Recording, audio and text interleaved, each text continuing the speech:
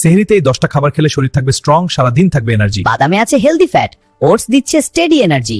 আমি খেজুর, প্রাকৃতিক চিনি থেকে দ্রুত এনার্জি দিই, পটাশিয়াম দিয়ে ইলেকট্রোলাইট ব্যালেন্স রাখি আর সারাদিন শক্ত রাখি।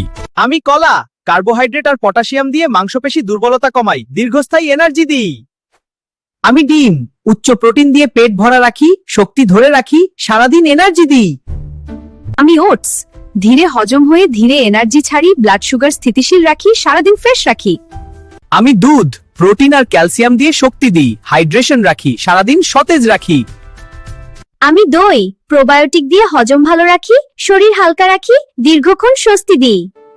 আমি চিয়া সিড, ফাইবার ও ওমেগা 3 দিয়ে পানি ধরে রাখি, শক্তি বাড়াই, দুর্বলতা কমাই।